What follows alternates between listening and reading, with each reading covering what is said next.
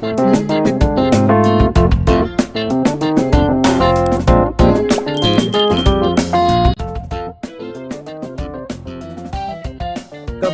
6461.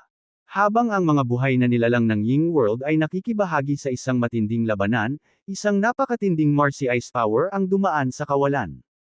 Sa maikling sandali, ang grupong naniningil sa unahan ay kinaladkad pabalik.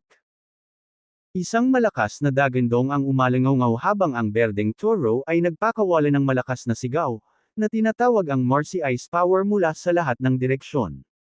Sa loob ng ilang sandali, isang makapal na itim na masa ng enerhiya ang natipon at bumalot sa third heaven ng Ying World.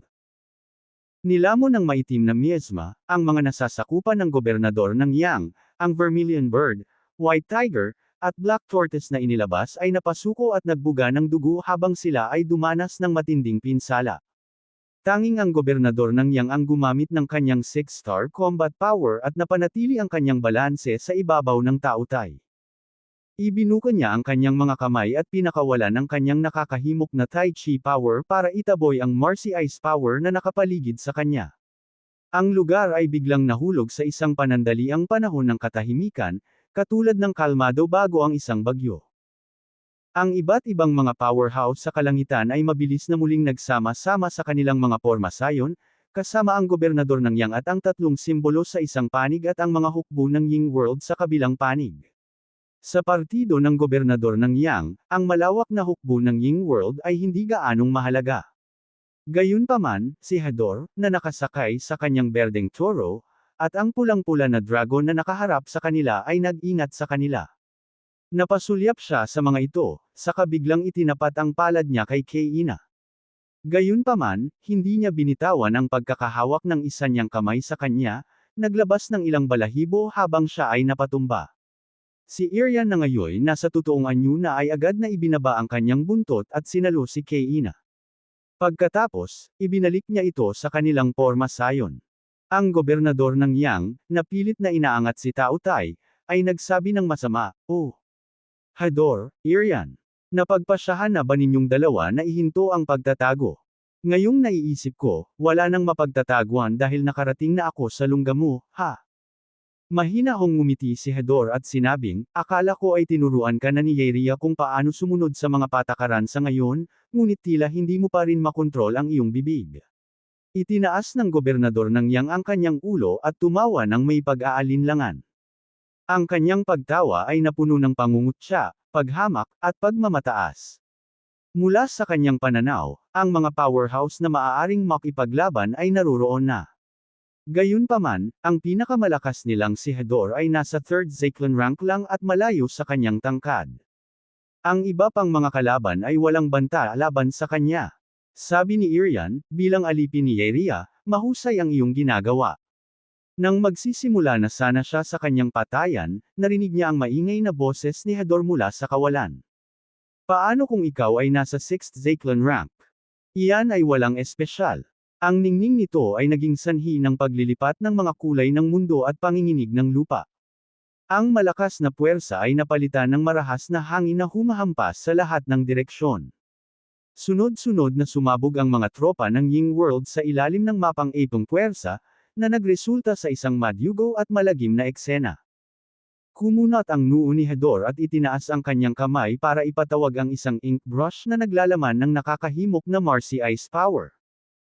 Nahaharap sa napakalaking historical power na umaagos patungo sa kanya sa napakabilis na bilis.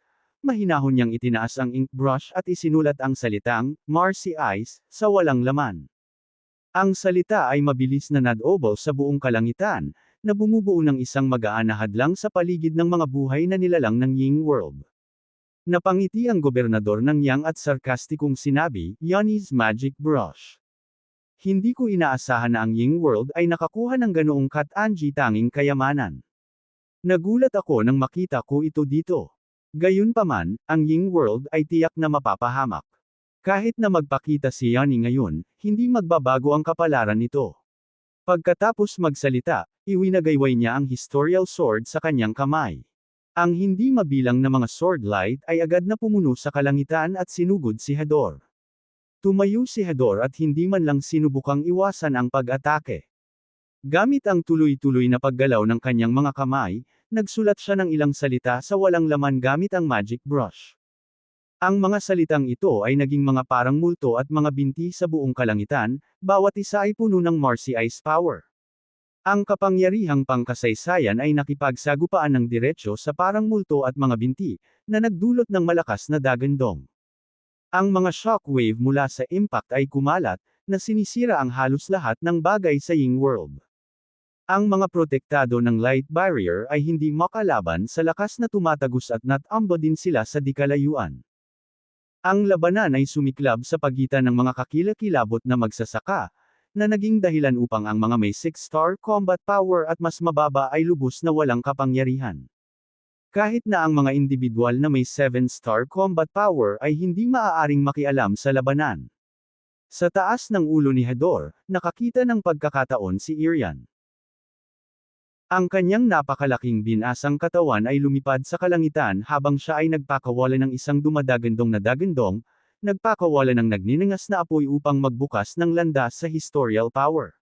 Pagkatapos, nag-transform siya sa anyo ng tao at sumugod patungo sa gobernador ng Yang na may dalang itim na espada. Ang espada sa kanyang kamay ay nagbuga ng kislap habang papalapit siya, at isang clone ang lumabas sa kanyang katawan upang matakpan ang pangalawang pag-atake ng gobernador ng Yang. Sumunod, hinimok niya ang lahat ng kanyang lakas na makisali sa isang malapitang labanan. Mabilis na ginamit ni Hedor ang pagkakataon na tipunin ang mga nilalang na malubhang na sugatan at tumira sa kanila. Pagkatapos, bumalik siya sa larangan ng digmaan. Nahaharap laban sa gobernador ng Yang, halos hindi makalaban ang lakas ng isang powerhouse sa 3rd Zaxxon rank at isa pang may 8-star combat power. Malinaw na dehado sila sa labanan. Si Hedor ay nagsakripisyo ng ilang espiritual na kasangkapan sa Ying World upang hadlangan ang mga pag-atake ng gobernador ng Yang. Ganunpaman, sapat lang iyon para pigilan siya saglit, at hindi siya makahanap ng pagkakataong makalapit. Samantala, malubhang nasugatan ang White Tiger, Vermilion Bird, at Black Tortoise matapos silang bitag ni Lucille. Sa sandaling iyon, halos hindi na rin sila nakaligtas. Habang nagpapatuloy ang digmaan sa ikatlong langit ng Ying World, nanatiling mapayapa ang rehiyon ng Jert. Si Clayton ay nakahiga sa isang upuan, ang isang lang ng alak ay duyan sa kanyang kamay habang siya ay humigop ng sunod-sunod, na nagpapalabas ng hangin ng lubos na kaganhawahan. Nakatayo sa harap niya si Stephen at Zovian. Nagkita na rin sila ni Clayton nang makipagsapalaran sila sa Zephyria World. Natural, nagustuhan niya ang mga ito at nagpasya na sanayin sila. Sa sandaling iyon, naabot na ng dalawa ang 4-star combat power. Tumingin si Zion kay Clayton na nakakunot ang noo at nagtanong, hindi mo ba ito nakikitang kakaiba? Sumang-ayon si Stephen, na nagsabing, pambihira talaga. Nagmamadaling sabi ni Zovian, teka, ano? Kung alam mo na, hindi ba tayo dapat tumulong? Oo.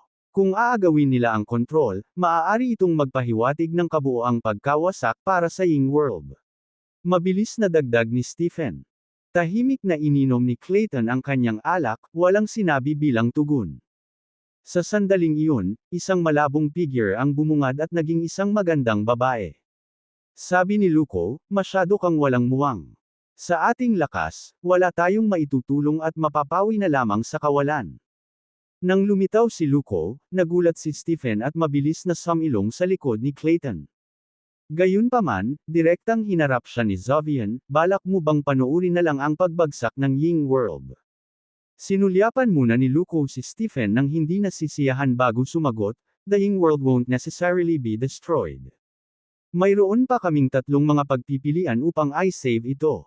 Nagliwanag ang mga mata ni Zovian sa pananabik habang nagtatanong, ano sila? Bilasan mo, sabihin mo sa akin.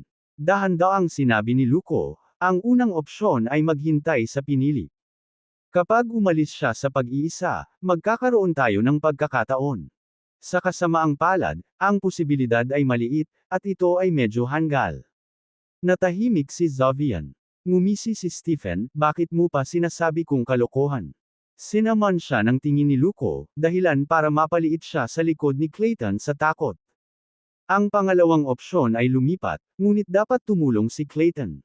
Tumingin si Xavier kay Clayton nang may pagdududa at nagtanong, paano tayo lilipat? Nag-cross arm si Luko, lumakad ng dahan-dahan, at sinabing, kailangan pangunahan ni Clayton ang mga elite ng Ying World palabas ng kawalan ng Yin para maghanap ng bagong tahanan sa Genesis World.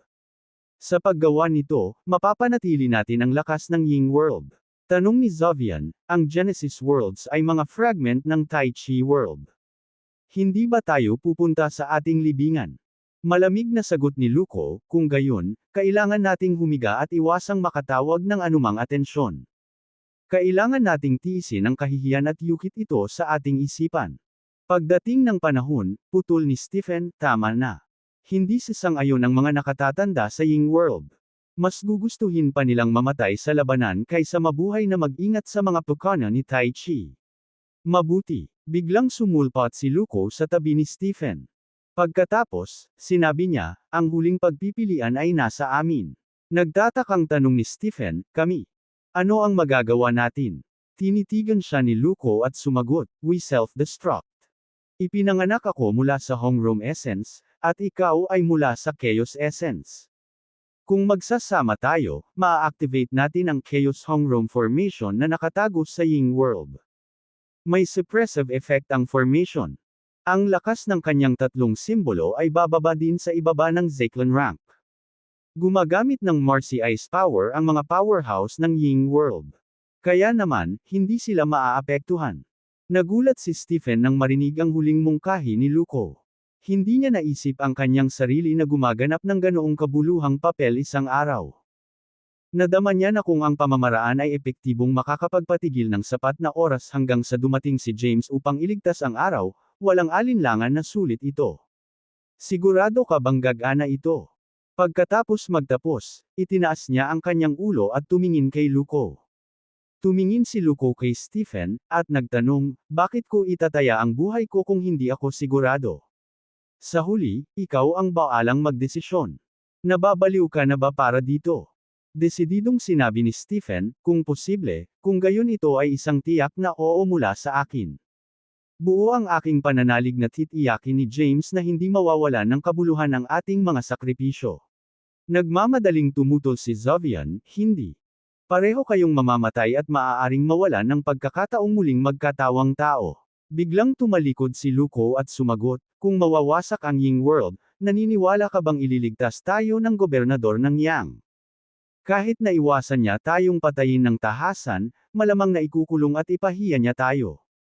Si Lord Hadad, ang nagtatag ng Marcy Ice Combat Form, at ang kabuuan ng Ying World ay magtitiis ng isang kahihiyan na hindi kailanman maaalis. Huminto siya, huminga ng malalim, at nagsabi, bakit sa tingin mo ay umatras tayo sa Yin's Void kaysa sumuko sa Tai Chi? Ito ay dahil sa aming matatag na kalooban at integridad. Kung wala tayong gaanong resolusyon, wala nang pag-asa ang Ying World. Magiging katulad tayo ng mga mahihinang iyon sa Yang World, sa awan ng iba. Dahil sa sinabi ni Luko, hindi na nakaimik si Zovian. Lumapit si Stephen at mariing sinabi, tama na. Ang Dark World at Ying World ay iisa. Ibig sabihin taga-Ying World din ako. Gawin natin. Magsasama tayo at magsasakripisyo. Hindi ako magsisisi o magdaramdam ng anumang sama ng loob. Tumingin sa kanya si Luko, kumikinang ang maganda nitong mga mata sa katiyakan. Kaagad pagkatapos, nag-transform siya sa isang kilin at pumailanglang sa langit. Agad namang tumalon sa ere si Stephen at hinabol siya. Stephen! Sumigaw si Zovian, nakalahad ang kanyang kamay ngunit tanging kawalan lamang ang nakita. Galit niyang nilingon si Clayton, natahimik lang, at nagtanong, wala na ba talagang ibang paraan? Dahan-daang humigop muli si Clayton ng kanyang alak at sumagot, kung ma-activate ang Chaos Hongrom Formation, may tiwala akong matalo ang tatlong simbolo. Natahimik si Zovian habang iniisip ang sarili, hindi yun ang tanong ko. Tinanong ko kung may iba pang paraan. Siguradong bastos siya. Sa kabila ng pag-ungol sa kanyang puso, naunawaan ni Zovian ang sagot ni Clayton na nangangahulugan na siya ay pumayag na ang dalawa ay kailangang magsakripisyo at buhayin ang Chaos Hongrom Formation. Umungol si Luko, nagpakawala ng nagniningning na bola ng enerhiya mula sa kanyang bibig, na sumakit kay Stephen. Iniabot ni Stephen ang kanyang kamay at hinawakan ang bola ng enerhiya, na nag-trigger ng nagliliyab na itim na apoy na bumangon mula sa ilalim ng kanyang mga paa at nilamon ang kanyang buong katawan. Pagkatapos nito, ang gobernador ng Yang ay masusupol sa ika-4 na Zeklan rank. Kaya kapag umalis si James sa pag-iisa, mas malaki ang tsansa niyang manalo. Ito ay nagkakahalaga ito. Sama-sama, nalampasan namin ang hindi mabilang na mga hadlang. Stephen. Napasigaw si Zovian sa kawalan ng pag-asa at sumugod ngunit pinigilan ni Clayton. Samantala, unti-unti ring nilalamon ng apoy si Luko dahilan para unti-unting lumiit ang katawan nito. Tama si T tungkol sa iyo. I'm proud to have an upright person like you as my fiancé, Stephen. Sayang nga lang at hindi tayo nagpakasal, pero masaya ako na magkasama tayo sa dulo ng ating buhay. Pagkatapos magsalita ay ibinuka ni Luko ang kanyang bibig at nilamon si Stephen. Habang mabilis siyang lumiit, isang nakakasilaw na itim at puting liwanag ang bumungad sa kanyang katawan at tumagos sa Ying World. Habang ang itim at puting liwanag ay tumatagos sa kawalan, ang hindi mabilang na natutulog na maliliit na porma sayon sa mga hadlang ng Ying World ay biglang naglabas ng kumikinang na itim at puting liwanag. Ang mga liwanag na sinag ay tumaas sa kalangitan, pagkatapos ay pinalawak sa kaliwa at kanang mga gilid ng Ying World, na nagpapakita ng isang kamangha-manghang tanawin. Bumagsak si Zovian sa lupa kasabay ng pag-agos ng mga luha sa kanyang mukha. Huminga ng malalim si Clayton, dahan-daang pumikit, at bumulong, alam mo ba kung bakit handa akong pumanig sa Ying World? Nagdilim ang mukha ni Zovian. Nadurog na ang puso niya sa pagkamatay ni Stephen at hindi mapakali na sagutin ang tanong. Hindi nababahala sa kawalang interes ni Zovian, sinabi ni Clayton, dahil ang mga tao ng Ying World ay nagpapakita ng matatag na mga resolusyon upang makamit ang kanilang mga pangarap. Samantala, sa ikatlong langit ng mundo ng Ying, pinagsama ni Hador at Irian ang kanilang mga pagsisikap na palayasin ang mga pag-atake mula sa gobernador ng Yang. Gayunpaman, nagpupumilit silang tumayo sa kanilang kinatatayuan at desperadong sinubukang patagalan ang labanan hanggat maaari. Dalawang malalakas na boom ang sumabog sa kawalan habang ang gobernador ng Yang ay naglapag ng dalawang pag-atake kina Irian at Hador. Lumuwa ang dalawa ng dugo at nataranta, halos hindi mabalanse ang kanilang sarili. Malamig na ngumiti ang gobernador ng Yang, panahon na para tapusin ito. Column, Ying World. Gusto kong makita kung saan pa pwedeng magtago si James. Pagkatapos magsalita, pinakawalan niya ang napakalaking historical power. Biglang lumitaw ang mga itim at puting ilaw mula sa maraming maliliit na porma sayon at umakyat sa kalangitan, na nag-uugnay sa isa.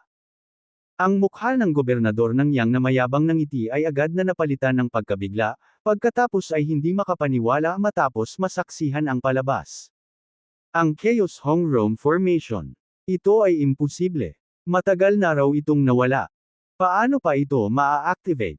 Nagulat si Hador at Irian sa nakita, agad na nakaramdam ng pag-asa matapos mapagtantong na-activate na ang Chaos Hong Rome Formation. Si Lucille, sa kabilang banda, ay malubhang nasugatan ng tatlong simbolo. Nang malapit ng mapagpasyahan ang kahihinatnan ng labanan, nag-ambala sila ng mga itim at puting ilaw. Tiniis ni Lucille ang sobrang sakit ng katawan at dahan-daang napatayo sa gulat. Agad na tinangka ni Lucille na umiwas ngunit nabalot siya ng lumaganap na kapangyarihan. Hinintay niya ang kanyang pagkamatay ngunit, ilang sandali pa, nagulat siya nang makitang ginagamot ang kanyang mga sugat. Itinaas niya ang kanyang mga kamay sa tuwa at sumigaw, siya ba? Ang mahiwagang kapangyarihan ay mabilis na tumagos sa Ying World, agad na pinagaling ang lahat ng malubhang nasugatang nilalang na dinaanan nito. Maging ang mga namatay sa labanan ay makahimalang muling binuhay ng sunod-sunod. Habang ang mahiwagang kapangyarihan ay lumalapit sa kawalan kung saan nakatayo ang gobernador ng Yang, ang gulat ay bumalot sa kanya. Si Chaos Hong Rome Essence. Imposible. Bulalas ng gobernador ng Yang, pagkatapos ay itinulak ang kanyang palad pasulong.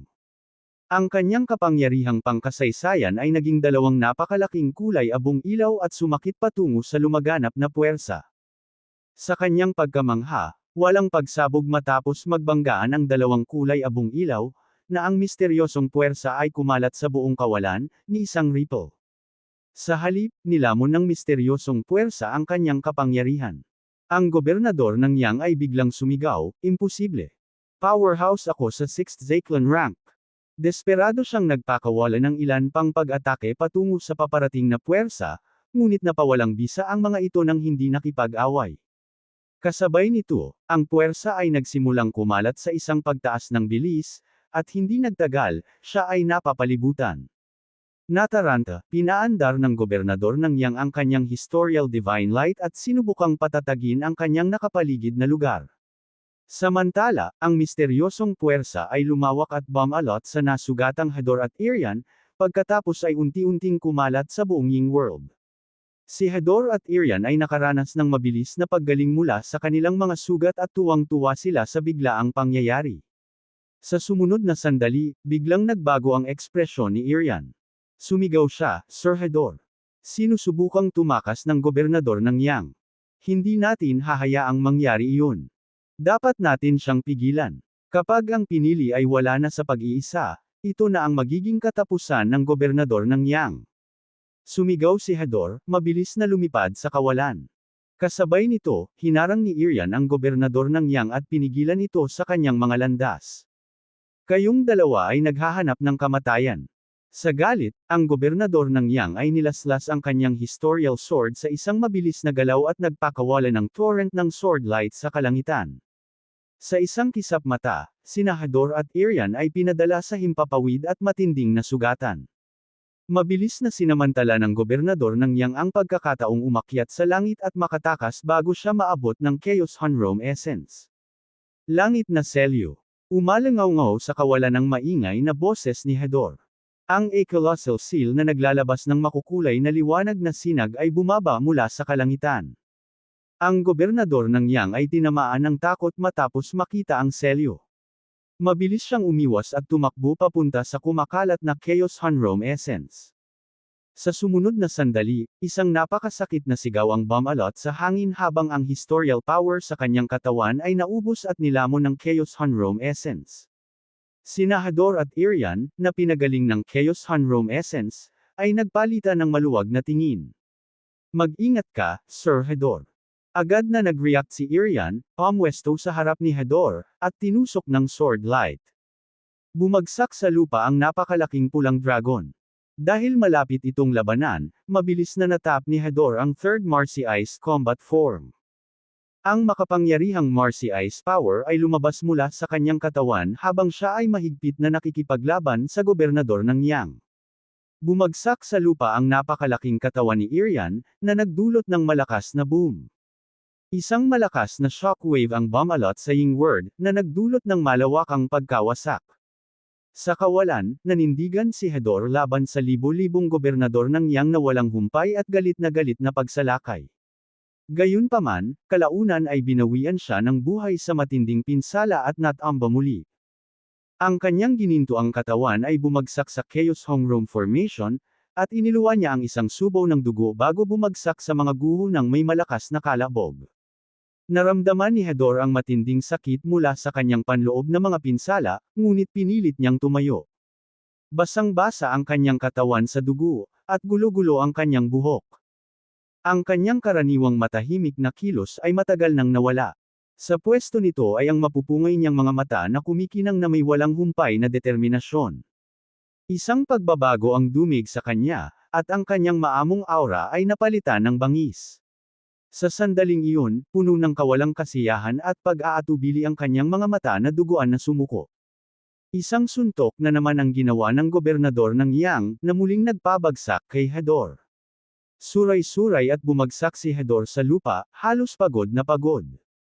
Paano kung ang Chaos Honrome Formation ay na-activate?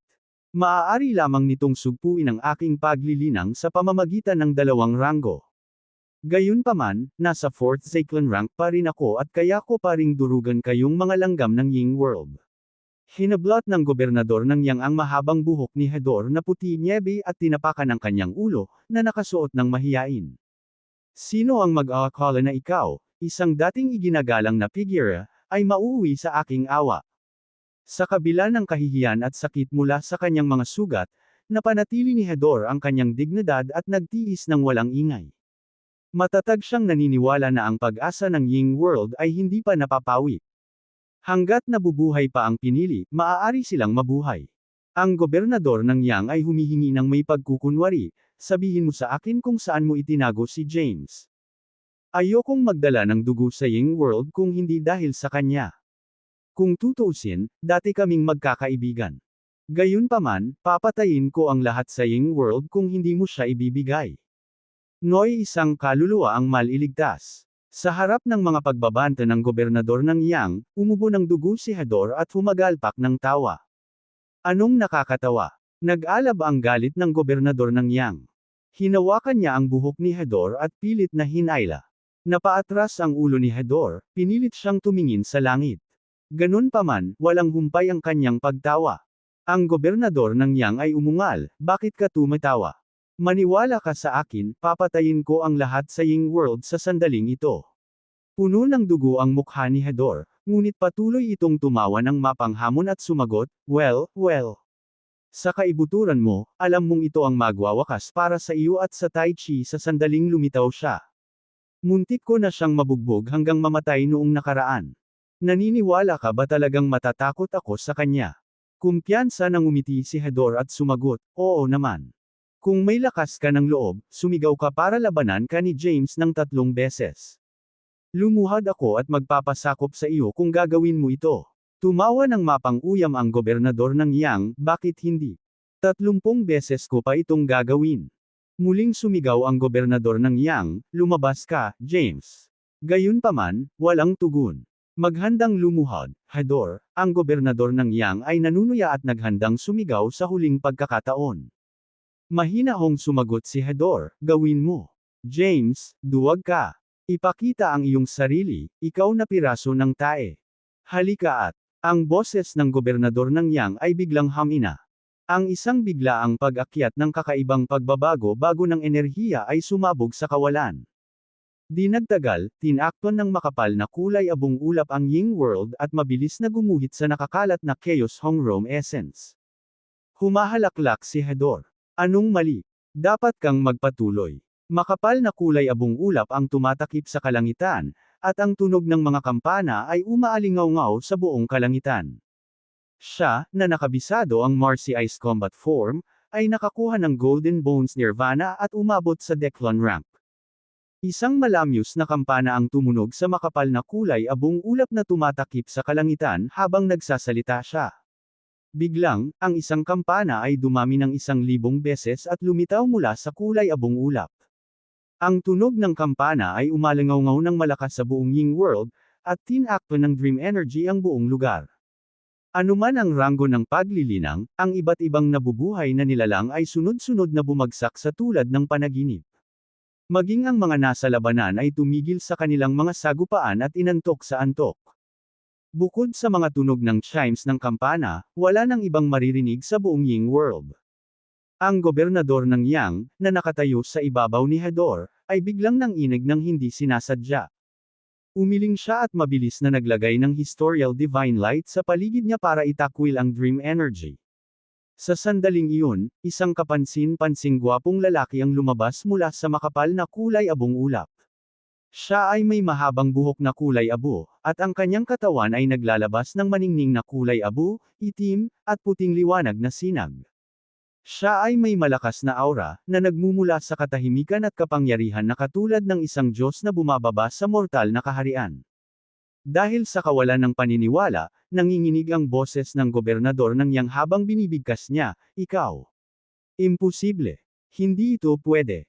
Paano ka malakas? Bakit mayroon kang lakas ng isang tao sa Zyklon rank at kayang kontrolin ang mundong ito? Bago niya matapos ang pagsasalita, inihagis ni James ang Terrace Astride Step at humarap sa kanya. Sumigaw ang gobernador ng Yang, ikaw. Nakipagtitigan si James sa gobernador ng Yang. Isang masamang ngiti ang sumili sa kanyang mga labi, at sinabi niya, hinahanap mo ako. Well, nandito na ako.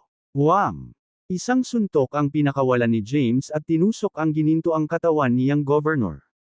Mabilis at tumpak ang pag-atake, na ikinabigla ng gobernador ng Yang. Tinitigan ng gobernador ng Yang ang kanyang pinsala na hindi makapaniwala. Di nagtagal, isang malakas na puwersa ang kumalat sa kanyang katawan, na nag-trigger ng isang visceral na hiyawan na umalingaw-ngaw sa buong kawalan. Habang umaalingaw-ngaw ang kanyang mga iyak, bumulwak ang dugo at historial power mula sa sugat, na nagtutulak sa kanyang katawan pabalik. Boom! Sa isa pang malakas na pagsabog, ang nasugatan na katawan ng gobernador ng Yang ay bumangga sa mga dingding ng Hongmeng Chaos Formation, na nagdulot ng isang maliwanag na pumutok. Lumuwa siya ng isang bibig ng dugo. Sa sandaling iyon, wala siyang pagkakahawig sa dati niyang mayabang na kilos. Isang suntok lang ni James ay nagdulot na ng matinding sugat sa kanya. Bago pa niya maproseso ang sitwasyon, natagpuan niya ang kanyang sarili na nasa bingit na ng kamatayan. Inangat ng gobernador ng Yang ang kanyang ulo, at tumulo ang dugo mula sa kanyang mga labi. 1/3. Nakatuon ang kanyang dugong mga mata kay James, ang galit na kumukulo sa loob niya.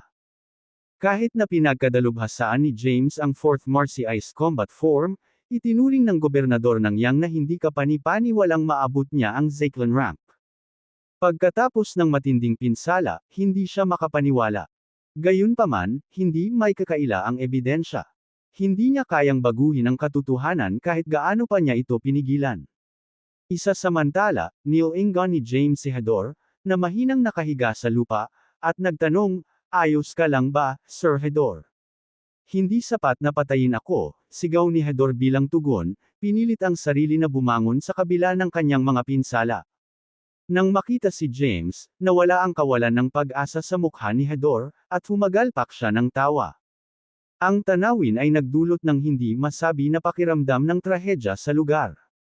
Marahan na bumantong hininga si James at inabot ang kamay, pinakawalan ng Chaos Essence kay Hedor. Sabik na tumanggi si Hedor, "Chaos Essence is incredibly valuable, James." "Hindi ka dapat," binaliwala ni James ang kanyang sinabi. Lumingon siya at sumigaw, "Kaya mo pa bang gumalaw, Mr. Irian?" Si Irian, sa kanyang anyo ng dragon, ay nahihirapang itinaas ang kanyang ulo at mahinang sumagot, "Nasugatan ang aking mga laman loob, ngunit kaya ko pa rin." Itinuro ni James, "Kailangan kong tiisin mo ito ng kaunti. Haharapin ko muna itong bastos na bastos. Pagkatapos nito, sabay na tayong uminom." Sa isang mabilis na galaw, inihagis ni James ang Dawnblaze form at humarap sa gobernador ng Yang, na nakasuporta sa kanyang bigat sa isang tuhod. Panunuyan ni James, "Lumuhad ka na bago pa man magsimula ang laban. Kung gagawin mo ito, maaari ring gawin ang tama at lumuhad sa magkabilang tuhod." Pagkatapos magsalita, itinaas niya ang kanyang paa, at isang pag-alon ng Marcy Ice Power ang tumama sa kabilang binti ng gobernador ng Yang, kaya napilitan siyang lumuhad. Galit na galit, ang gobernador ng Yang ay nagtaas ng ulo at pinandilatan si James, na umuungol, "Ikaw! Ikaw!" Ngumisi si James, "Basura! Hinamon mo akong magpakita at lumaban, tinatawag akong langgam. Ngayon, ano? Natatakot ka?" Galit na sumigaw ang gobernador ng Yang, "Bastard! Tinambangan mo ako! Ikaw, thug!" Itinaas ni James ang kanyang kamay at ang kanyang kapangyarihan ay pumutok patungo sa gobernador ng Yang, agad siyang natumba sa lupa. Then, James snorted, "Isang ambush. Kailangan ko ba talagang gawin iyon laban sa isang mahinang tulad mo? Halika, tumayo ka. Hahayaan kitang makaganti at magkaroon ng pagkakataon na tambangan ako." Galit na nagngangalit ang gobernador ng Yang at sinubukang tumayo. Gayunpaman, hindi niya ito nagawa. Nabali ang isang paa ni James, at ang kanyang historial power ay patuloy na tumutulo mula sa kanyang katawan. Ang kanyang lakas ay wala na sa kanyang kalakasan, ang 6th Zeklan rank. Matapos supilan at masugatan, bahagya niyang naabot ang 3rd Zeklan rank. Gayunpaman, ang kanyang mga pagsisikap ay napakahina. Ngumisi si James, "Halika. Bumangon ka na." Naikuyom ng gobernador ng Yang ang kanyang kamao at umungol, "Naglalaro ka ng madumi.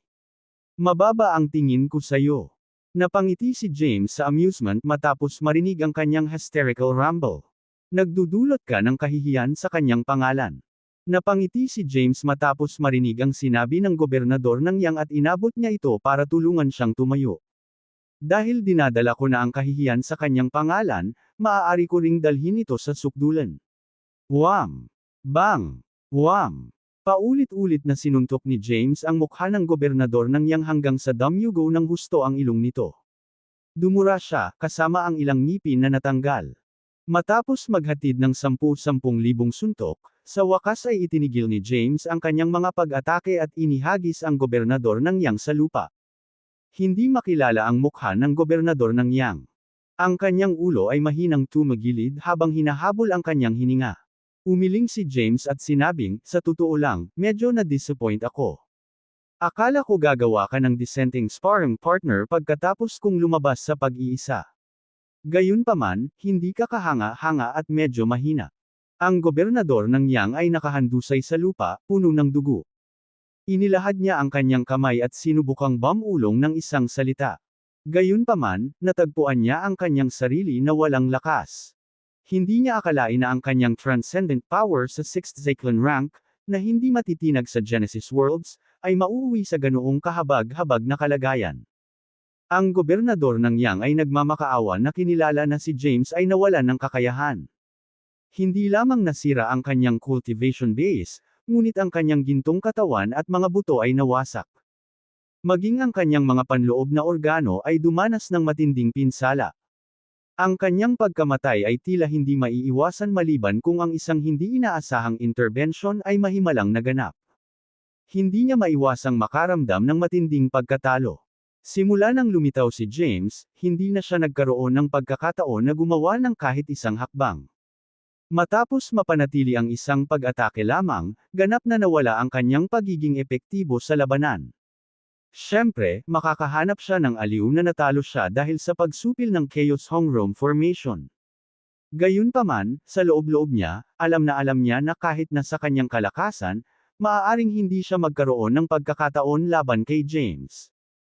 Biglang nagningning ang mga mata ni James, at dalawang itim na ilaw na sinag ang bumaril patungo sa gobernador ng Yang, ngunit naharang sila ng isang pagsabog ng historical power. Sinusubukan mo pa ring pigilan. Ngumisi si James, at sumambulat ang dalawa pang itim na ilaw, walang kahirap-hirap na winasak ang historical power at binawi ang soul energy ball ng gobernador ng Yang.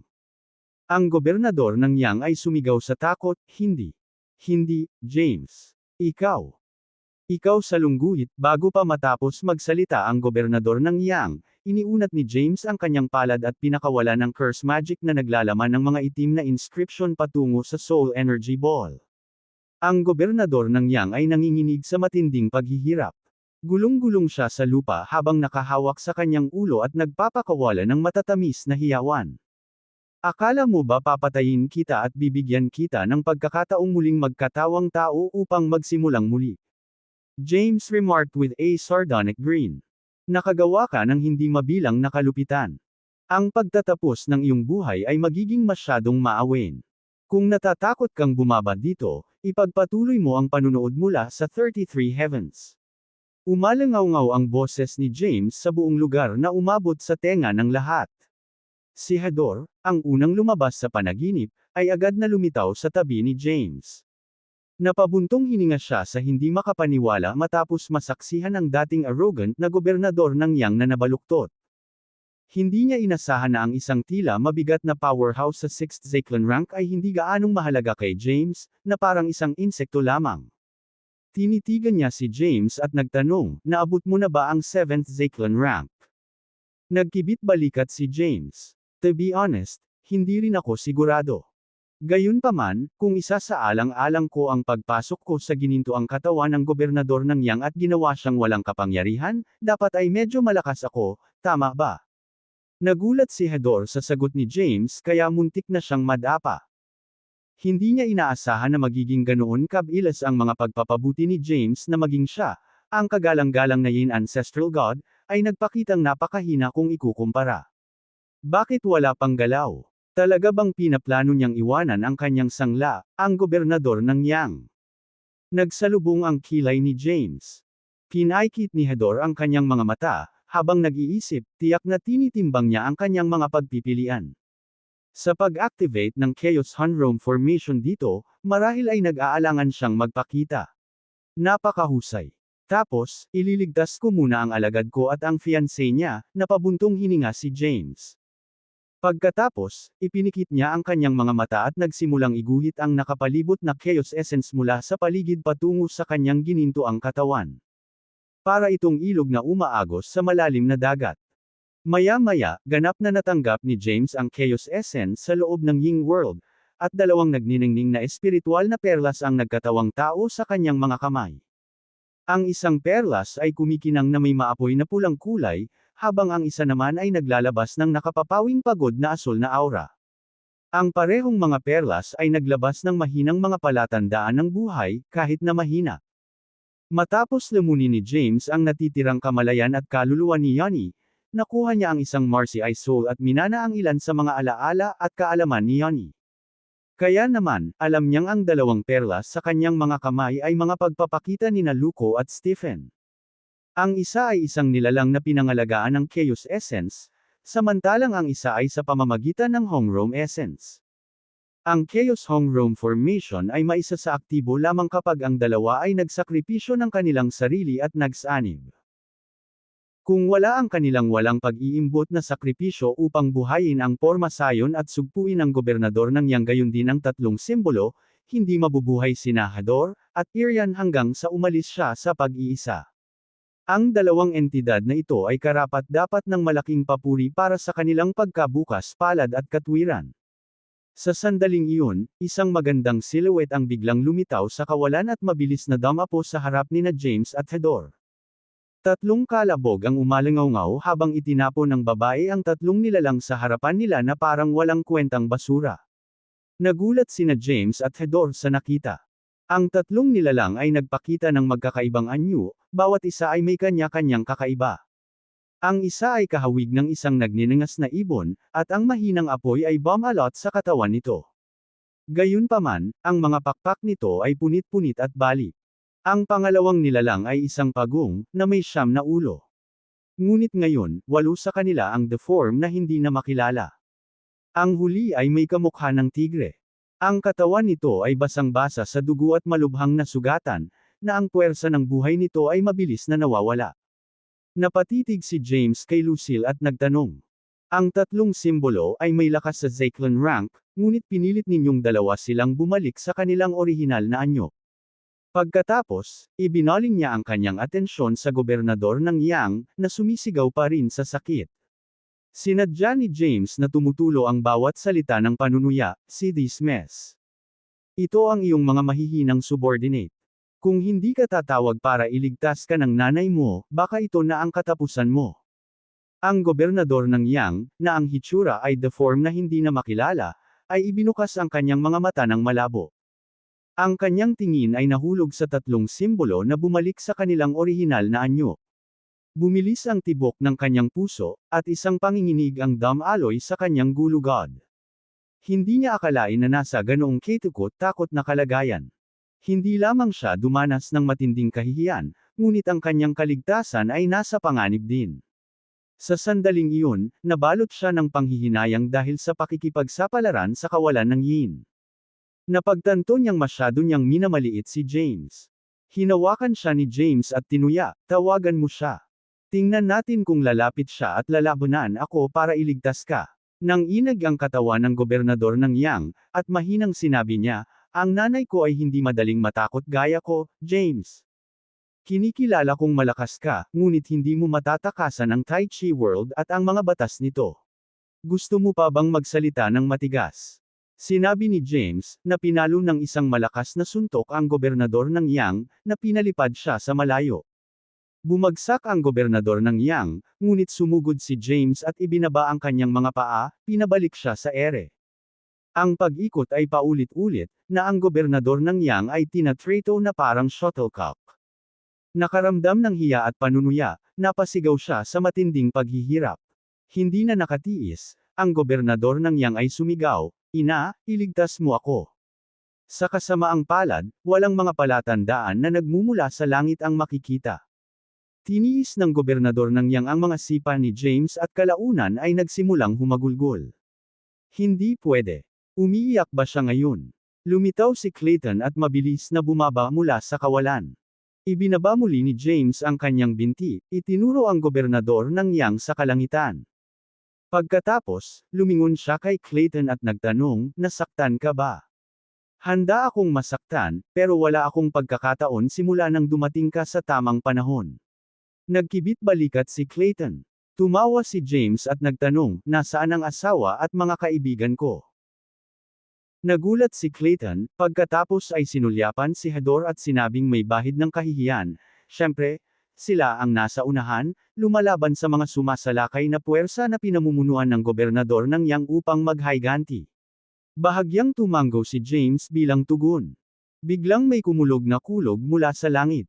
Tumangala si James at nakita ang makapal na kulay abo na ulap na nilamon ng isang itim at puting ambon. Biglang kumulo ang kidlat, at kumulog sa kawalan. Ang itim at puting ambon ay patuloy na nag-iipon ng mabilis. Here she comes, ngini siya ni James at mabilis na sinunggaban ang gobernador ng Yang, na bumubulusok sa kawalan. Si Hador, Lucille, at Clayton ay same time na nanood habang nagtitipon ng Tai Chi gas. Ang gobernador ng Yang, sa kabilang banda, ay humagalpak ng tawa na may dugong umaagos mula sa kanyang bibig. Sa isang pag-iisip, ang kanyang curse magic ay pumulupot sa gobernador ng Yang, na nagdulot ng panibagong alon ng hiyawan mula sa kanya. Inis na nilingon ni James si Clayton at sinabing, masyado siyang maingay. Gusto mo siyang bugbugin. Pinaikot ni Clayton ang kanyang mga palso at sumagot, maaari akong gumamit ng kaunting ehersisyo. Ipaubaya mo siya sa akin. Sa sinabi nito, kinuha ni Clayton ang gobernador ng Yang mula kay James at kinaladkad siya sa likuran. Ang yabang mo talaga, Chosen One. Isang galit na boses ang nagmula sa itim at puting ambon.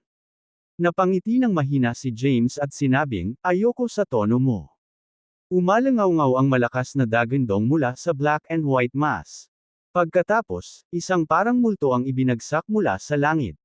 Gayunpaman, sa sorpresa ng lahat, ang figure na binubuo ng itim at puting ambon ay mabilis na umikot sa paligid at agad na tumalbog. Nagulat si James, at bumungad sa kanyang mukha ang isang mapang-asar na ekspresyon. Inabot niya at walang kahirap-hirap na binawi ang lahat ng Marcy Ice power na kakalabas niya lang. Mahinang paalala ni Hador, she's fighting you with similar power. Iyan ang Yin Yang Tai Chi. Siya ay nasa 7th Zeclan rank. Kawili-wili. Inihagis ni James ang Terrace Astride Step at agad na humarap sa Yin Yang Tai Chi. Ang hitsura ng Tai Chi clone ay nanatiling hindi malinaw. Gayunpaman, masasabi ni James na ito ay isang babae na medyo may pagka-voluptuous. Napaharap sa matalim na titig ni James, ang Yin Yang Tai Chi ay gumawa ng dalawang maingat na hakbang paatras. Pagkatapos, napabulalas siya, nakuha mo ang Marcy Ice Soul ni Yanni. Itinakip ni James ang isang kamay sa likod niya at tumingin sa kanya ng patagilid, na nagsasabing, mag-uusap ba tayo bago ang laban o pagkatapos? Ang Yin Yang Tai Chi ay gumanti ng masama, nagmamadali ka bang maabot ang iyong wakas? Talagang nalampasan mo ang aming mga inaasahan. Gayunpaman, tila nakalimutan mo na ang Yin at Yang world ay bahagi ng Tai Chi world. Immortal ako sa Tai Chi world. Paano mo ako ipaglalaban? Ang huling pangungusap ng Yin Yang Tai Chi ay halos isang sigaw. Nanatiling kalmado si James at nagtanong, isa lang ang tanong ko sa iyo. Ikaw ba ang may sama ng loob sa akin mula sa Genesis Worlds?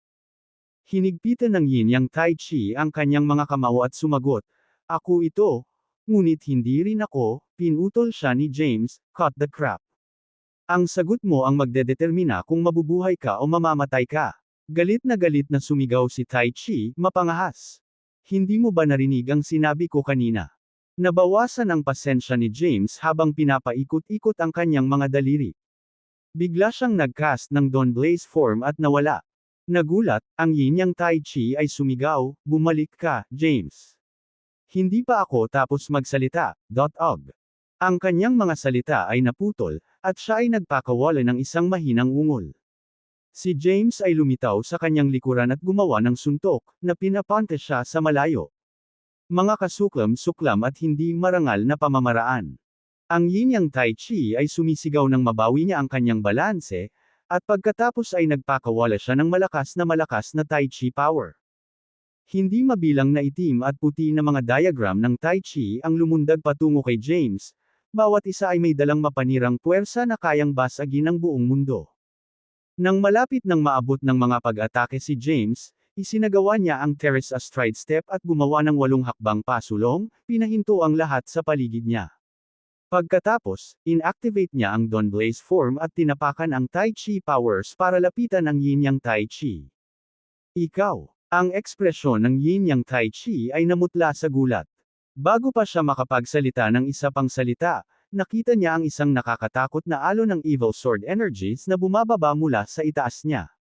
Boom! Ang Yin Yang Tai Chi ay mabilis na na-duplicate sa maraming clone at nakaiwas sa sword energies. Nakapalibot sa kanya ang daan-daang libong itim at gintong higanteng mga espada. Boom! Bang! Boom!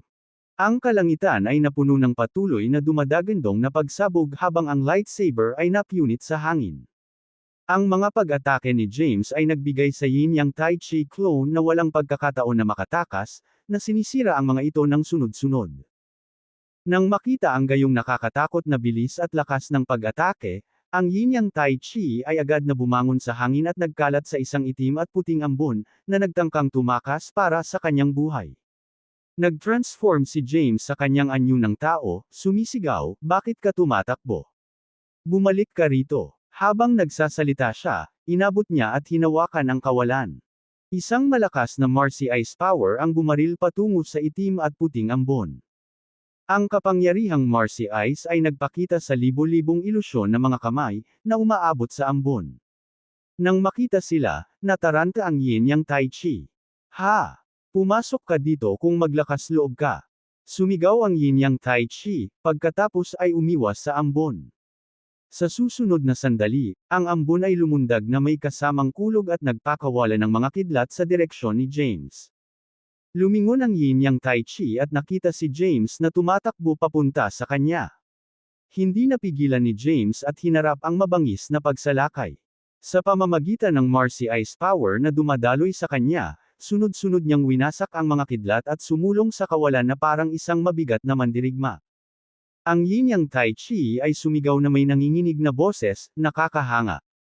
Matapang ka. Pero ngayong pumasok ka na dito, huwag mo nang isipin na lumabas."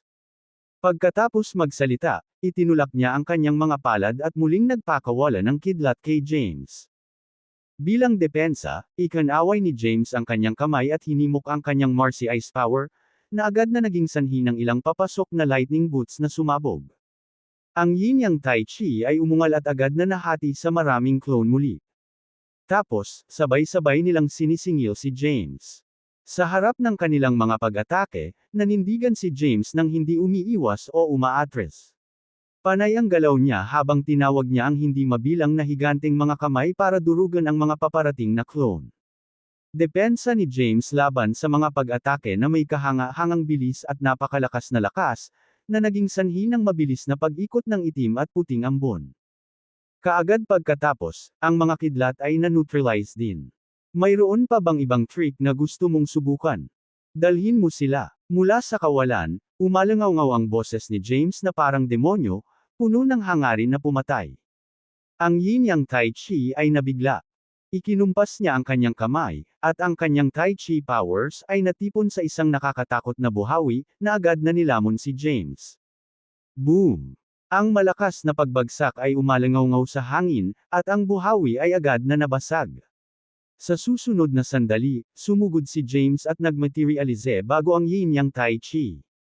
Pagkatapos, lumabas ang kamay niya sa isang mabilis na suntok. Boom! Malakas na umalangaw-ngaw ang impact habang ang Yin Yang Tai Chi ay pilit na pinaalis sa ambon. Habang nasa himpapawid, lumuwa siya ng isang bibig ng dugo. Habang iniisip niyang gumanti, naramdaman niya ang panganib na nagmumula sa kanyang likuran. Sa desperasyon, mabilis niyang pinatatag ang sarili. Mabilis siyang lumingon ngunit sinalubong siya ng atake ng palad ni James. Ang Yin Yang Tai Chi ay nagdusa ng matinding pinsala at nagluwa ng isa pang subo ng dugo.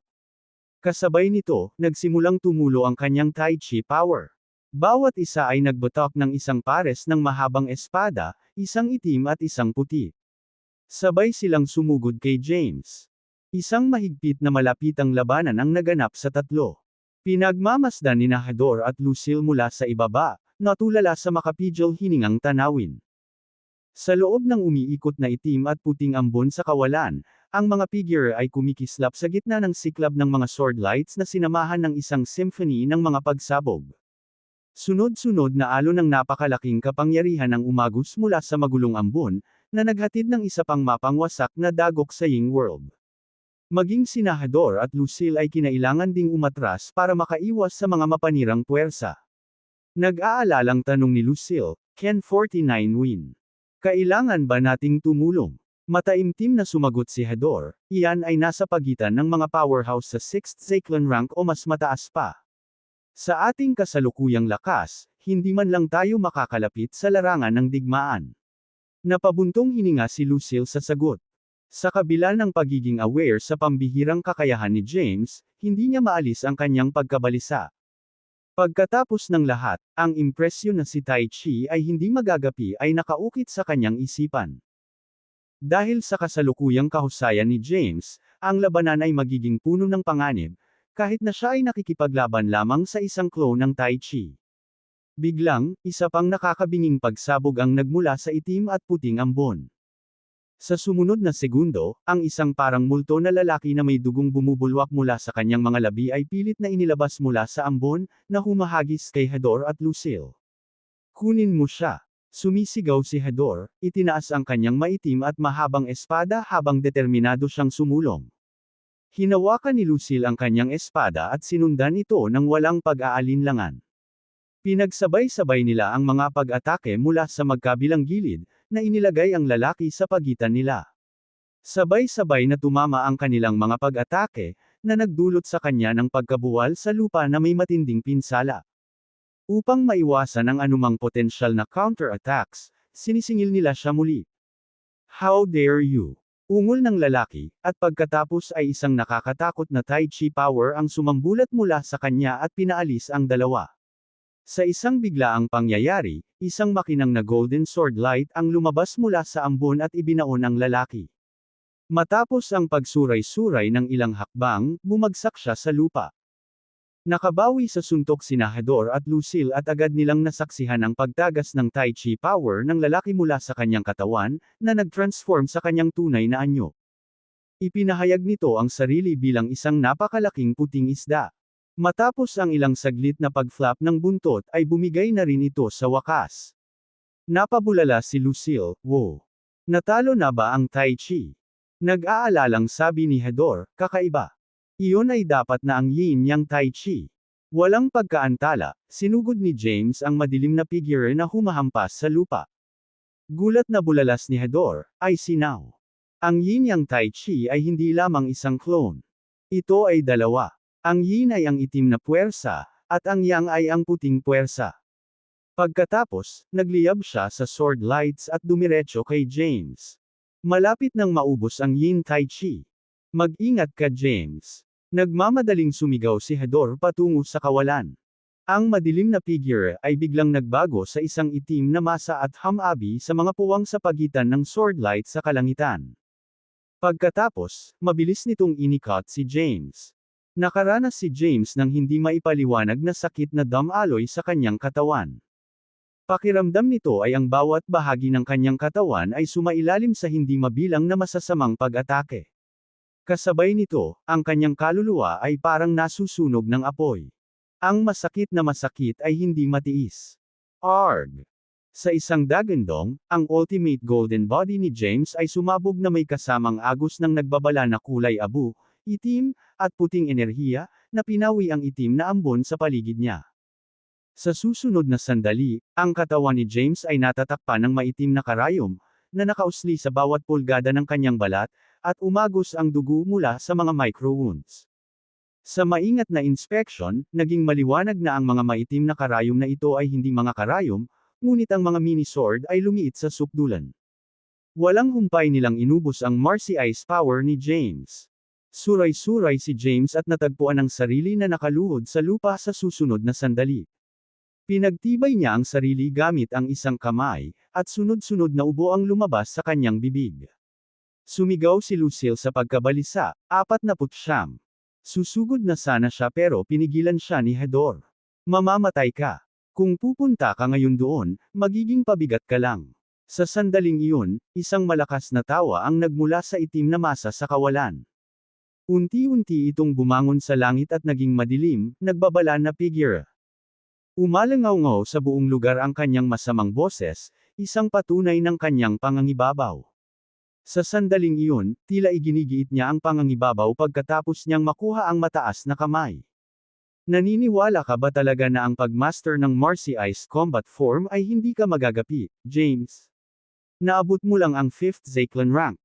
Kahit na sa mga pagpapahusay ng Marcy Ice Combat Form, wala ka pa ring laban sa akin. Nilamon mo ang natitirang kaluluwa at kamalayan ni Yani, kaya dapat alam mo na ang tungkol sa aking 4 na pangunahing clone. 2/3.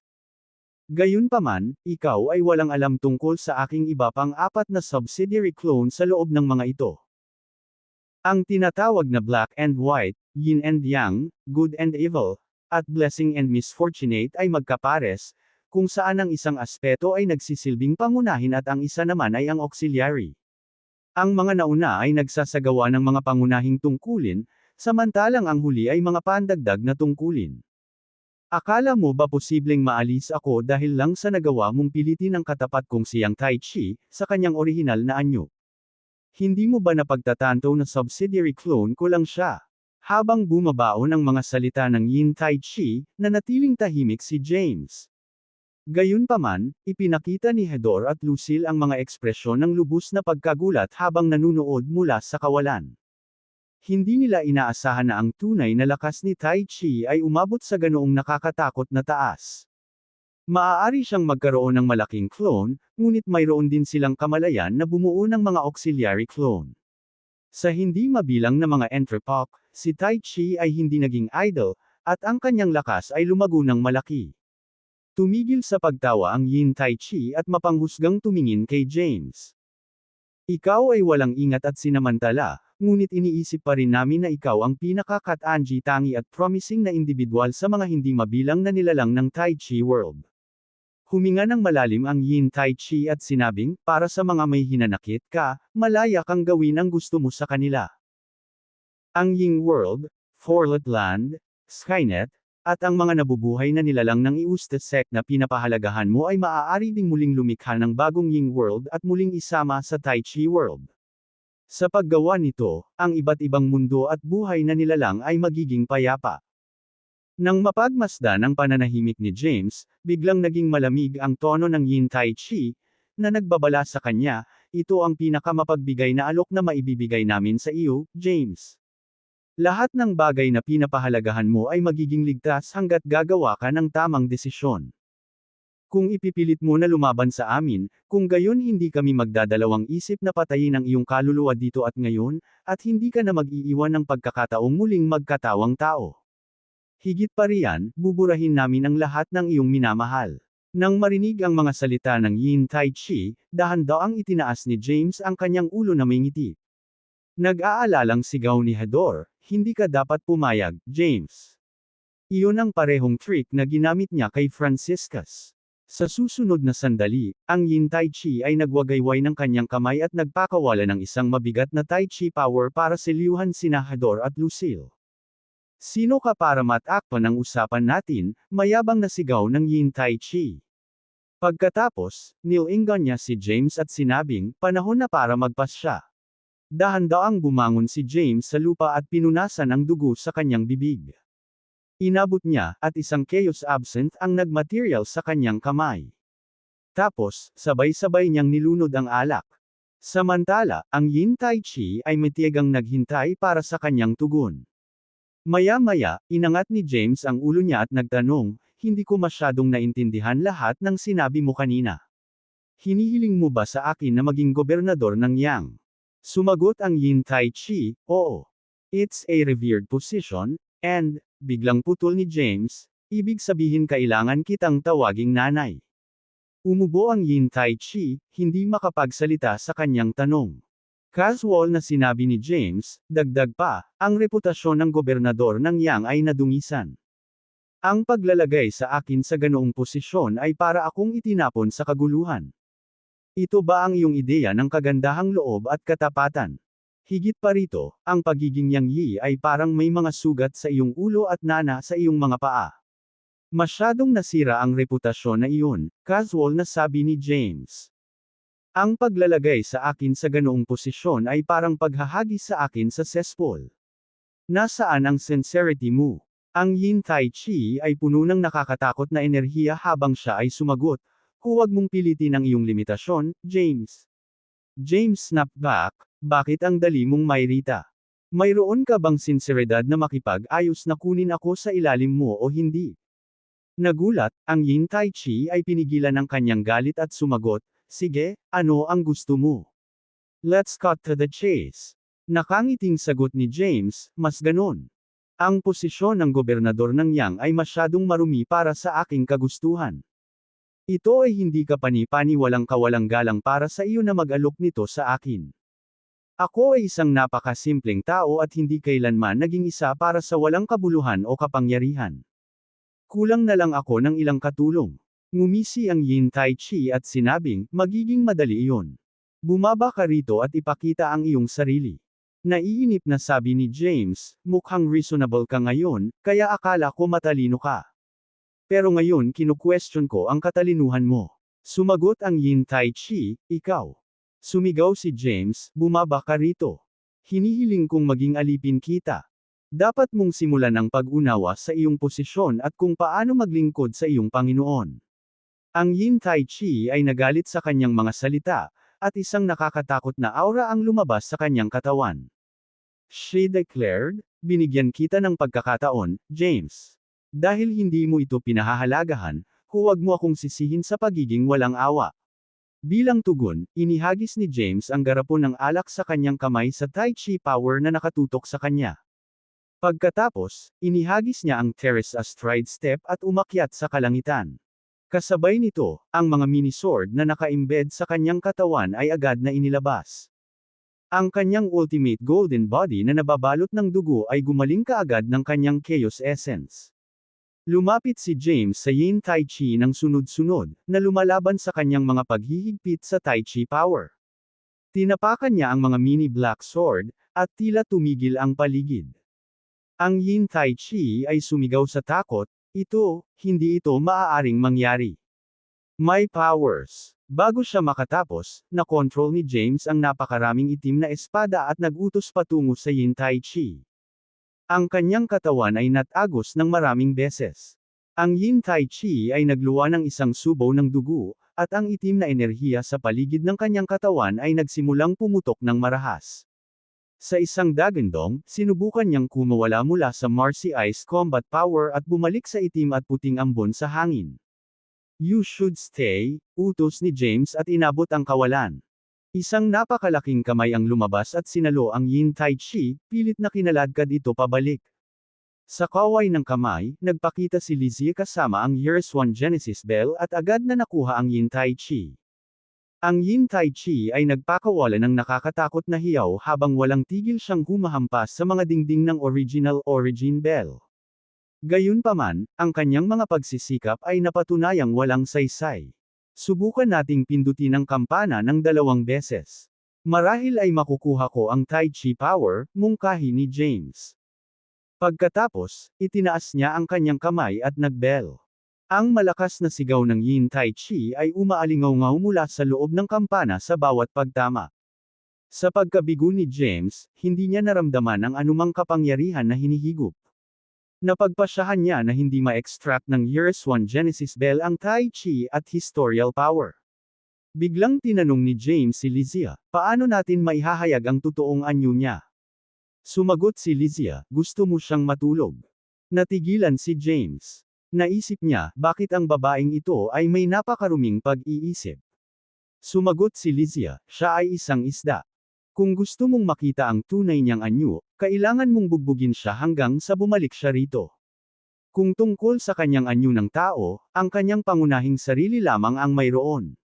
Tahimik na pinatunog ni James ang Year Swan Genesis Bell, na lalong nagpatindi sa mga hiyawan ng Yin Tai Chi at lalong nagpahirap sa kanila. Samantala, ang itim at puting ambon sa kawalan ay umikot ng husto, na nagdulot ng marahas na hangin at kidlat na pumuno sa hangin. Ang kaguluhan ay nagpaalerto sa mga buhay na nilalang ng Ying World. Sa sandaling iyon, itinaas ni James ang kanyang ulo at tumingin sa langit. Napakamataas, pinili. Umalangaw-ngaw mula sa ambon ang boses ng isang babae, na may taglay na aura ng awtoridad na pumipilit sa paggalang sa mga nakarinig nito. Nagulat si James, mabilis na kinonsulta si Lizia, isa pa ba iyon sa mga clone ni Tai Chi? Paglilinaw ni Lizia, si Tai Chi mismo. Gayunpaman, hindi niya maaaring iwanan ang 33 langit. Kung hindi, lilipulin siya ng batas ng mga landas. Tanong ni James, so, bluff ba ito? Sa sandaling matapos siyang magsalita, isang nakamamanghang figure ang lumitaw mula sa itim at puting ambon. Pinalamutian ng snow white robe at nakaupo sa ibabaw ng lotus, nagpalabas siya ng ethereal glow, na nagpapalabas ng divine aura na nag-iwan sa mga nanunood na nabigla. Ang kanyang kagandahan ay nakakabighani na tila hindi sa mundo, na pumupukaw sa isa na talikuran ang kanilang maruming pag-iisip. Thea. Biglang nagbago ang ekspresyon ni James. Biglang pumasok sa isip ko ang isang salita puppet. Naisip ni James, tama. Ngayong nasa ilalim na siya ng kontrol ni Tai Chi, isa na siyang puppet. Paano kung tumaya ulit tayo, James? Ang boses ni Tai Chi ay nagmula sa kawalan. Ikinuyom ni James ang kanyang kamao at tumugon, pag-uusapan ko kung pupunta ka rito, o kung hindi, hindi ako mag-aaksaya ng oras sa iyo. Ang ambon sa kawalan ay nagbabago, ngunit si Tai Chi ay nanatiling tahimik. Lumilitaw na pinili niyang huwag magsalita pansamantala. Biglang bumaba si Light Thea at huminto sa harap ni James. Pal makipag-usap sa iyo, Light Thea sa wakas ay nagsalita sa halip ng Tai Chi. Kumunot ang noo ni James, tinitigan siya ng may sensinang pagsisiyasat. Naunawaan niya na maaaring nabura na ni Light Thea ang lahat ng alaala niya, kasama na ang kanyang mga emosyon at pagnanasa. Para sa kanya, hindi na siya 49 o manliligaw na naghahanap ng walang hanggang pagsasama, kundi isang kalaban, isang kaaway. Light Thea relayed the message, magkakaroon ka ng 300 enterpack. Anuman ang kalalabasan, ibibigay niya sa akin at sa kalahati ng gininto ang katawan ng gobernador ng Yang sa iyo. Mula noon, sinusunod mo ang kanyang mga utos at iginagalang ang kanyang mga batas. Gayun din, hindi ka magkakaroon ng pagkakataong maabot ang Declan rank. Tumingin si James kay Light Thea at ibinuka ang kanyang mga labi ngunit nag-aalangan siyang magsalita. Masigasig na sisigot sana siya kung si Tai Chi ang personal na nagmungkahi ng taya. Gayunpaman, nang marinig ito mula kay Light Thea, ang kalahati ng kanyang asawa, bahagyang hindi siya sigurado. Hindi maipahayag ang kanyang mga iniisip, nakipaglaban si James sa loob at sinumpa si Tai Chi, na tinawag siyang kasuklam-suklam at walang hiya. Sa sandaling iyon, nagmamanyobra si Lizzie sa kawalan at huminto sa tabi ni James.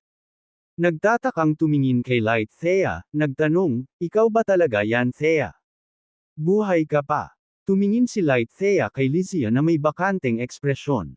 Unti-unting napalitan ng kawalang interes ang kanyang kilos, at tila wala siyang maalala.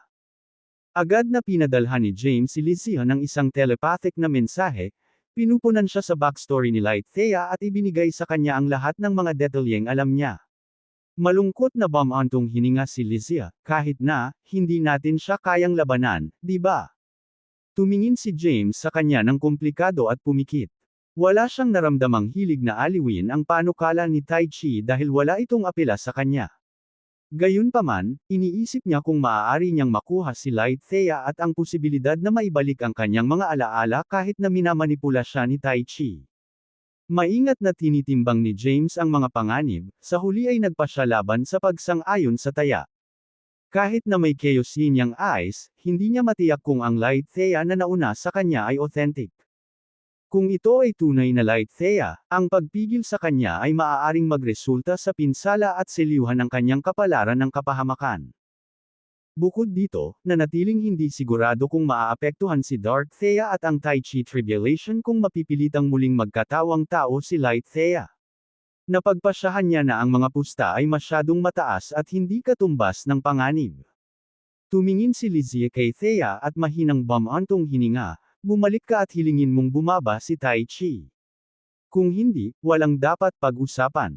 Nanatiling walang pakialam si Light Thea at sumagot, sa iyong lakas, hindi ka kwalipikadong makilala siya. Nagkunwaring naiinip si James, kung gayon, tapos na ang diskusyon. Bumalik ka. Sa pagharap sa pagpupumilit ni James, isang bakas ng hindi mahahalata na sakit ang bumungad sa magandang mukha ni Light Thea. Bumalik siya sa kanyang Snow White Lotus, umupo dito, at dahan-daang umakyat sa langit. Biglang bumagsak ang isang napakalaking kidlat mula sa umiikot na itim at puting ambon, na tumama kay Light Thea nang may mapangwasak na puwersa. Kaagad, nawala siya sa kawalan. Nang makita ito, sumigaw si Lizzie, Thea. Nanlaki ang mata ni James sa gulat. Naikuyom niya ang kanyang mga kamao habang nagbubuga ng galit. Sumigaw siya, papatayin kita, asong babae. May determinasyon sa kanyang mga mata, gumawa siya ng ilang determinadong hakbang patungo sa kawalan, diretsyong sumulpot sa umiikot na ambon. Nahaharap sa hindi mabilang na mga kidlat na mabilis na humahampas sa kanya, inihagis niya ang Dawn Blaze form at mabilis na umikot para iwasan ang mga ito. Pagkatapos, muli siyang sumugod sa kawalan. Pag-akyat sa kalangitan, siya ay dumaan sa ikalabintatlo, ikalabinlima, at ikalabing-anim na langit ng walang tigil, determinadong marating ang kanyang destinasyon. Gayunpaman, nang maabot niya ang ikalabing-walong langit, nakatagpo siya ng napakatinding puwersa na pumipigil sa kanya sa pagsulong. Sa sandaling iyon, galit na galit si James. Kahit na alam niyang ang taong napawi ay isang pagkakatawang tao lamang ni Light Thea, hindi niya matanggap ang katotohanang nasaktan ang kabilang kalahati ng kanyang asawa. Gusto mo bang tanggapin ang taya o hindi? Kung tatanggihan mo ito, hahayaan ko siyang magdusa sa nakakapasong apoy. Ang buhay ay magiging mas masahol pa kaysa sa kamatayan, at ang pag-ikot ay magpapatuloy sa kawalang hanggan. Ang boses ni Tai Chi ay nagmula muli sa 33 Heavens. Siyempre, hindi ko ipagpapalit ang iyong kaibigan. Sa sandaling matapos siyang magsalita, isang malaking bola ng enerhiya ang mabilis na nahulog mula sa 33 langit, lumutang sa harap ni James, at mabilis na lumaki. Di nagtagal, isang maliit na duguan na daga ang makikitang parut-par ito sa gitna ng isang barrage ng mga kidlat sa loob ng energy sphere. Lumitaw ito sa bingit ng kamatayan, na puno ng dugo. Gayunpaman, ang mas masakit ay ang bawat pagtama ng kidlat ay nagdulot ng maraming madugong sugat sa katawan nito, ngunit mabilis itong gumaling. Pagkatapos, ito ay hahampasin muli. Ang daga ay dumaan sa isang napakahirap na cycle ng paghihirap, hindi na mamatay at matapos ito. Nang masaksihan ng kaunos-lunos na eksena, kumukulo sa galit si James. Natural na alam niya ang pagkakakilanlan ng tortured mouse. Ito ay walang iba kundi si Abelard na umakyat upang maging isang makalangit na landas. Hindi niya inaasahan na huhulihin at pahihirapan ni Tai Chi si Abelard para lang takutin siya. Nanginginig sa galit, itinuon ni James ang kanyang tingin sa 19th Heaven at sumigaw, kung gusto mong tumaya, hayaan mo muna sila. Sumambulat ang tawa ni Tai Chi mula sa 33 Heavens. Ang talino mo talaga, James. Ngunit sa palagay mo ba ay makatwiran ang mga pusta na iyong dinala? Kung gayon, ano ang iminumungkahi mo? Umungol si James, nagpakawalan ng pag-atake patungo sa 19th Heaven. Naikuyom ni James ang kanyang kamao, at lalong tumindi ang galit sa kanyang puso. Biglang, isang mabigat na kulay abo, itim, at puti na puwersa, na nilagyan ng Chaos Essence, ay dumaan sa presyon at mga hadlang ng ikalabinsyam na langit. Direkta itong umakyat sa ikadalawampung langit, na naglalayon sa 32 langit. Gayunpaman, ang puwersa ay biglang napigilan ng isang matandang magsasaka na may puting buhok, na mabilis na nakakuha ng kanyang kapangyarihan. Kaagad pagkatapos, ang matandang magsasaka ay bumaba mula sa 32 langit hanggang sa siya ay nagpakita kay James. Sa pagmamasid kay James, na ang mga mata ay nagliliyab sa galit na parang isang galit na hayop, mabilis niyang pinunasan ang alikabok sa kanyang kamay, na naging sanhi ng isang maningning na gininto ang liwanag na bumalot kay James ng buo, na puwersahang pinasuko siya. Napabuntong hininga ang maputi ang buhok. Kawawang bata. Isa itong balakid na dapat mong malampasan. Gaano man ito kahirap, kailangan mong tiisin. Kung hindi, mahuhulog ka sa bitag niya.